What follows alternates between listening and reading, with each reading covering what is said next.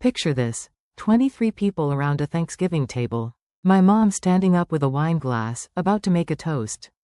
And me, sitting there with a letter in my pocket that's about to change everything.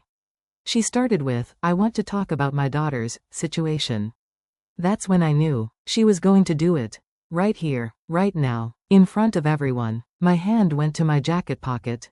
The letter was still there. MIT. Full scholarship. Research position. Everything I'd worked for in secret for 2 years. But I didn't pull it out. Not yet. Because the best revenge? It's all about timing. Stay with me. This gets good. I need you to understand something about my family before we get to Thanksgiving dinner. My older sister Emma has always been the golden child. And I mean always. From the moment she was born, she was perfect. Perfect grades without trying. Perfect friends. Perfect at volleyball. Got into Stanford on early admission. Graduated summa cum laude. Landed a consulting job at McKinsey straight out of college. Me? I'm Jess, the other daughter. The one who had to work for B's while Emma coasted to A's.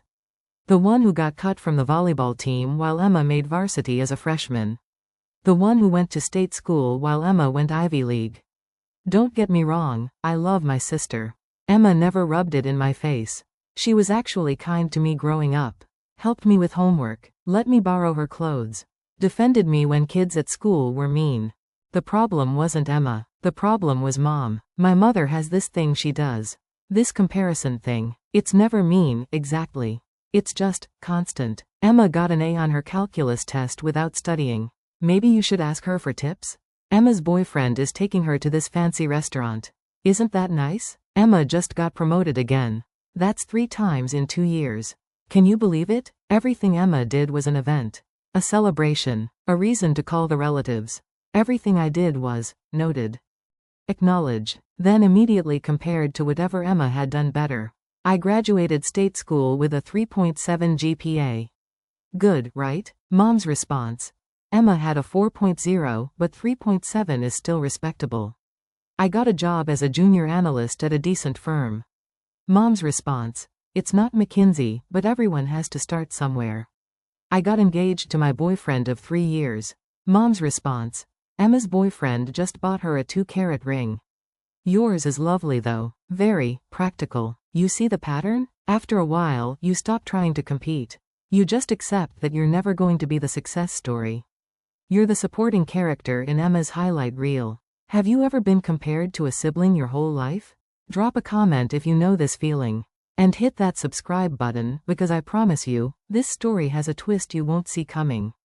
So 2 years ago, something shifted in me. I was at Emma's engagement party. Mom was giving a speech about how Emma had found her perfect match, and how they were going to have the most beautiful, successful children. I was standing there with my own fiancé, David, who Mom had never once called my perfect match. And I just decided. I was done. Not done with my family. Not done with Emma, but done with trying to get validation from someone who was never going to give it to me. I started working on something. In secret. See, I'd always loved science. Biology, specifically. In college, I'd taken every genetics course available. I'd done undergraduate research that actually got published in a minor journal. Nothing groundbreaking, but it was mine. After graduation, I'd gotten the analyst job because it paid well and had good benefits. But I hated it. Spreadsheets and client presentations about market optimization? It was soul-crushing. But I did it. For 3 years, I did it. Saved money. Learned everything I could. And at night, after work, I went back to research. I volunteered at a lab at the local university. Unpaid. Just me, some PhD students, and cutting-edge work on gene therapy for rare diseases. I was good at it. Really good. The lead researcher, Dr. Sarah Chen, she saw something in me. After about 8 months, she pulled me aside. You're wasting your talent in finance, she said. Have you ever thought about grad school? I laughed. I'm 26. I have a job. I'm engaged. I can't just go back to school. Why not? I didn't have a good answer. Dr. Chen helped me study for the GRE. Wrote me a recommendation letter. Connected me with her colleagues at other universities. I applied to 5 programs. Top programs. MIT, Stanford, Berkeley, Johns Hopkins, Harvard. I didn't tell anyone. Not David. Not Emma. Definitely not Mom. Because what if I didn't get in? What if this was just another thing I failed at while Emma succeeded? The rejections started coming in March. Berkeley, no. Johns Hopkins, waitlist. Harvard, no. I was devastated but not surprised. These were reach schools. I was a state school grad with 3 years out of academia. Of course they said no. Then April came. I was at work when I got the email. MIT. I almost deleted it without reading it, assuming it was another rejection. But I opened it. Dear Jessica, congratulations. I had to read it 3 times to believe it. Full scholarship. PhD program in biological engineering. Research assistantship with one of the leading gene therapy labs in the world. Stipend that would cover living expenses. They wanted me. MIT wanted me. I sat in my cubicle and cried. Quietly, so my coworkers wouldn't see. Then I went home and told David. He was amazing about it. Supportive, excited, a little worried about the logistics. We'd have to move to Boston, he'd have to find a new job, but ultimately, he was proud of me. You have to tell your family, he said.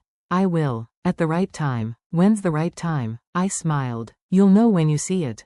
I waited. For 7 months, I kept it a secret. Went to work every day like nothing had changed. Had dinner with my family and smiled through the comparisons. And the whole time, I was planning. Because I knew exactly when I was going to tell them. Keep watching. Thanksgiving was always a big deal in my family. Mom insisted on hosting. 20+ people. Grandparents, aunts, uncles, cousins, family friends who'd been coming for so long they were basically family. It was formal. Cloth napkins, multiple courses, a seating chart for God's sake. And every year, Mom made toasts. Lots of them. She'd go around the table and talk about what everyone had accomplished that year. It was supposed to be nice. Gratitude and celebration and all that. But for me, it was an annual reminder of my inadequacy. Last year's toast about me, and Jessica is still at her job, which is wonderful. Stability is so important. Emma got promoted to senior consultant, but Jessica's consistency is admirable in its own way. Can you feel the passive aggression? This year, I knew it would be worse. Because Emma had just gotten engaged to her boyfriend, Marcus. Big ring, big proposal story, already planning a destination wedding in Italy. And I had just called off my wedding to David. It wasn't dramatic. We'd grown apart. I was going to MIT, he'd gotten a job offer in Seattle. We wanted different things. It was mutual and mature and honestly, kind of sad but necessary. But I knew how Mom would spin it. So as Thanksgiving approached, I started getting texts from her. Are you bringing someone to dinner? No, Mom. David and I broke up. Oh honey, what happened? We just wanted different things. Did you want different things, or did he realize you weren't as ambitious as Emma? I stared at that text for a long time. See what I mean? She didn't even realize how cruel that was. In her mind, she was just being honest. I didn't respond. A week before Thanksgiving, she called. Jessica, I want to prepare you. This year's dinner might be a little hard for you. Why's that? Well, Emma has so much good news. Her engagement, her promotion, Marcus is wonderful. And I know you're going through a difficult time with your breakup and your job situation. My job situation? Well, you're still at the same place you've been for years. It's fine, honey. Not everyone can be a high achiever. I just don't want you to feel bad when we're celebrating Emma's accomplishments. I took a deep breath. I'll be fine, Mom. Good. Because I'm planning to make a special toast about Emma. I don't want you to take it personally. That's when I knew. She was going to humiliate me. Not on purpose, she never thought she was being cruel. But she was going to stand up in front of everyone and basically announce that Emma was the success and I was the disappointment. That night, I pulled out my MIT acceptance letter. I'd kept it in a folder in my desk drawer, along with all the program details and the scholarship information. I folded it carefully and put it in the inside pocket of the blazer I was planning to wear to Thanksgiving. And I waited. Have you ever just known that someone was going to publicly embarrass you? Comment below if you've been in this situation. And make sure you're subscribed with notifications on, because what happens at this Thanksgiving dinner is absolutely worth sticking around for. I showed up at Mom's house at 2 p.m. The place was already full. Cousins running around, Dad watching football, Emma and Marcus in the kitchen helping Mom cook. Emma saw me first, immediately came over and hugged me. I'm so glad you came, she said. Mom told me about David. Are you okay? Yeah, I'm good. Really? She studied my face. You look different. Good different. Like you're lighter or something. I smiled. New chapter. Good for you. See? Emma wasn't the problem. She never was. Mom came out of the kitchen, wiping her hands on her apron. Jessica, you made it. I was worried you might not come. Why would I miss Thanksgiving? Well, you know, after everything, I thought it might be too painful. I'm fine, Mom. She patted my arm. That's good, honey. It's important to have a brave face. Dinner started at 4. The whole production. Turkey, stuffing, 3 kinds of potatoes, green bean casserole, cranberry sauce, rolls, pie. I sat between my cousin Rachel and my Aunt Linda. Across from me were Emma and Marcus, looking annoyingly perfect together. Dad carved the turkey. Everyone passed dishes. Normal Thanksgiving stuff. Then, between dinner and dessert, Mom stood up with her wine glass. Here we go. I want to thank everyone for coming, she started. Family is everything, and having everyone here together means the world to me. Standard opening. Everyone smiled and nodded. This year has been such a year of growth and change for our family. Her eyes went to Emma. Emma, my brilliant daughter, I am so incredibly proud of you. You've been promoted again at McKinsey. Everyone clapped. And you got engaged to this wonderful man, Marcus.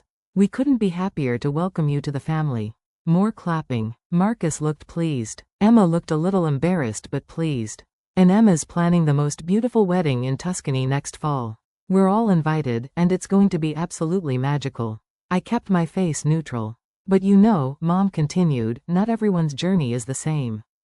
Oh God, here it comes. My hand went to my jacket pocket.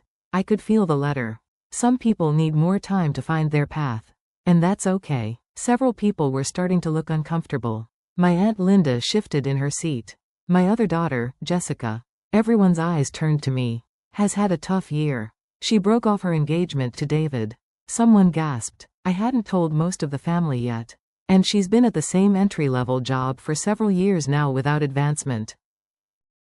I think she's been struggling to find her direction. The table was silent. Painfully silent. But I want everyone to know that we support her, even if she's not achieving at the same level as her sister. It's important to remember that everyone has different capabilities, and we shouldn't expect Jessica to live up to Emma's standard. My cousin Rachel grabbed my hand under the table. So let's raise our glasses to Jessica, and hope that next year brings her some clarity and maybe some success of her own. A few people reluctantly raised their glasses. Most just looked horrified. Emma looked like she wanted to die. Mom, that's not. But I stood up. Actually, Mom, before everyone drinks to my failure, I have something to say. This is it. This is the moment. Don't you dare click away now. What happens in the next 60 seconds made this whole story worth it. The room went completely silent. Mom looked surprised. Jessica, you don't have to. No, I think I do. I reached into my jacket pocket and pulled out the letter. Carefully unfolded it. I've been keeping a secret for 7 months. I didn't tell anyone except David because I wanted to wait for the right moment. Emma was watching me with wide eyes. See, while I was at my entry-level job with no advancement, I was also volunteering at a research lab. Doing genetics research. Real, published, peer-reviewed research. I saw Mom's expression start to change. And I applied to graduate school. PhD programs. Top programs. I looked directly at my mother. I got rejected from Berkeley and Harvard. I got waitlisted at Johns Hopkins. Mom's face showed a flicker of something, disappointment? Vindication? But I got accepted to MIT. I paused. Full scholarship. PhD in biological engineering. Research assistantship with Dr. James Morrison's lab. He's the leading researcher in gene therapy in the country. Maybe in the world. The table was frozen. I start in January. I'll be studying how to cure genetic diseases that currently have no treatment. My research could potentially save lives. I held up the letter. This letter came in April. I've been sitting on it because I wanted to tell everyone in person. I was going to announce it tonight, actually. I had a whole speech planned about new beginnings and following your passion.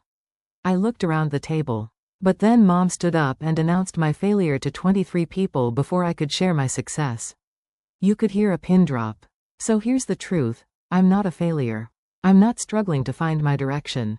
I found it 2 years ago, and I've been working toward it quietly while everyone assumed I was just stagnant. I turned to Emma. Emma, I'm so happy for you. Your engagement, your job, all of it. You deserve every good thing.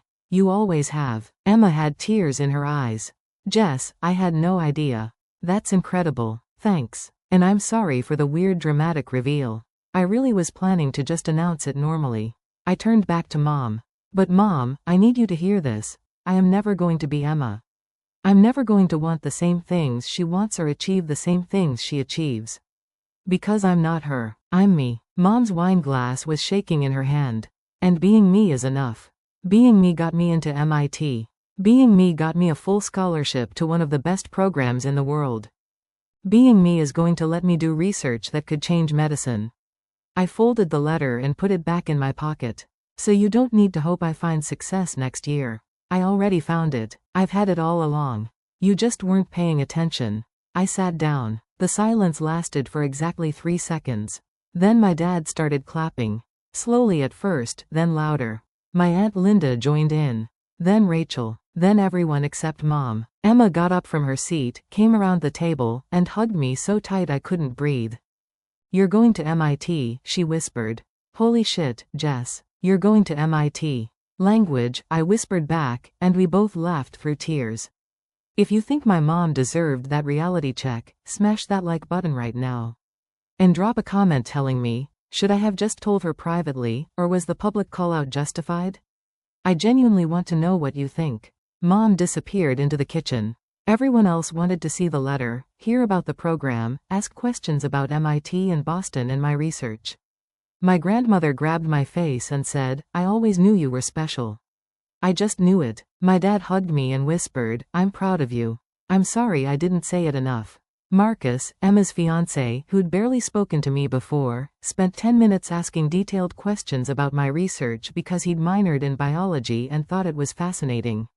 It was surreal. For the first time in my entire life, I was the center of attention at a family gathering.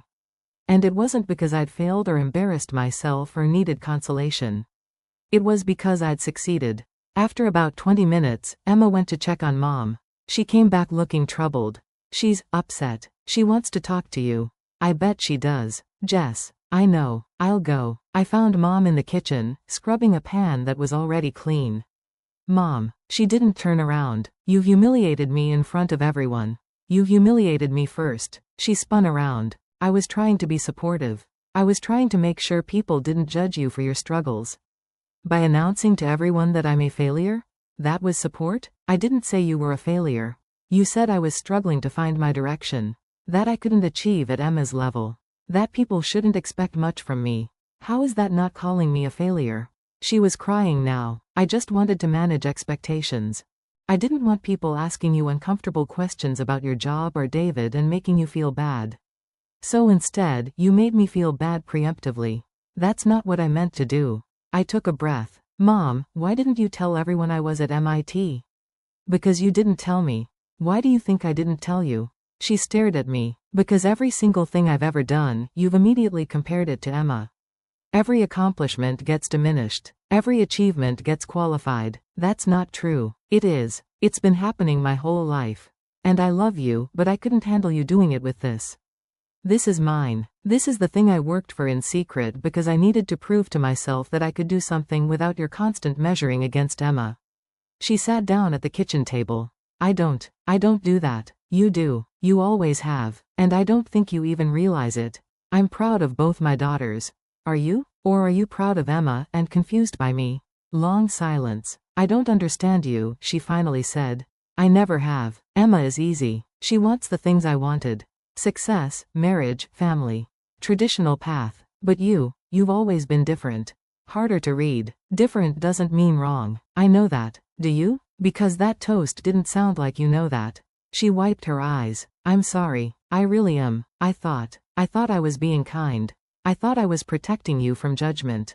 I don't need protection. I need you to believe in me. I do believe in you. Then act like it. Stop comparing me to Emma. Stop qualifying my accomplishments. Stop treating my path like a consolation prize. She nodded slowly. I can try. That's all I'm asking. We sat there for a minute. MIT is really impressive, she finally said. I know. Full scholarship is incredible. I know. I should have been the first person you told. Yeah, you should have. She started crying again. I'm sorry I made you feel like you couldn't tell me. I'm sorry I've been doing this for so long I didn't even see it. And here's the thing, I believed her. She wasn't a villain. She was just a mom who'd gotten stuck in a pattern she didn't even recognize.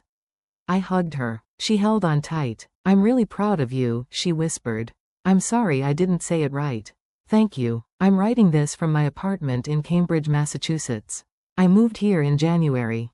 Started my PhD program. The research is incredible and challenging and exactly what I wanted. Emma came to visit last month. Helped me decorate. We had the best weekend we'd had in years. She told me she was proud of me about 15 times. I always knew you were brilliant, she said. I just didn't know you were cure genetic diseases brilliant. You're brilliant too. Different kind of brilliant. Yeah, but yours might actually save lives. Mine just helps companies optimize profit margins.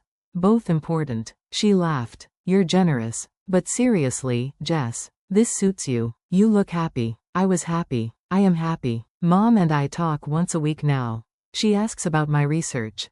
Tries to understand it, even though genetics isn't her thing.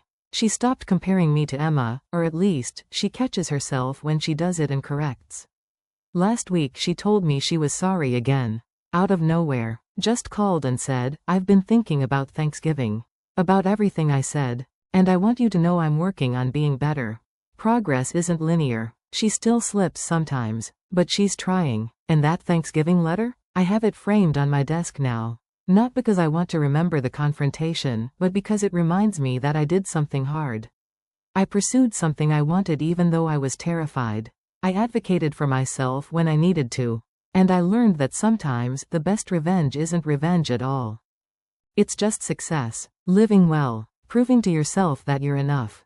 Although, I'll admit, pulling out that acceptance letter at the exact right moment? That felt pretty good too. So that's my story. My mom announced my failure at Thanksgiving dinner, and I pulled out an MIT acceptance letter. If you've ever been underestimated by someone who should believe in you, drop a comment. Tell me your story. I read every single one. And if this video resonated with you, do me a favor. Share it with someone who needs to hear that they're enough exactly as they are. Hit that like button if you think sometimes you have to make a scene to be heard, and subscribe for more stories about standing up for yourself when it matters most. Thanks for being here. See you next time.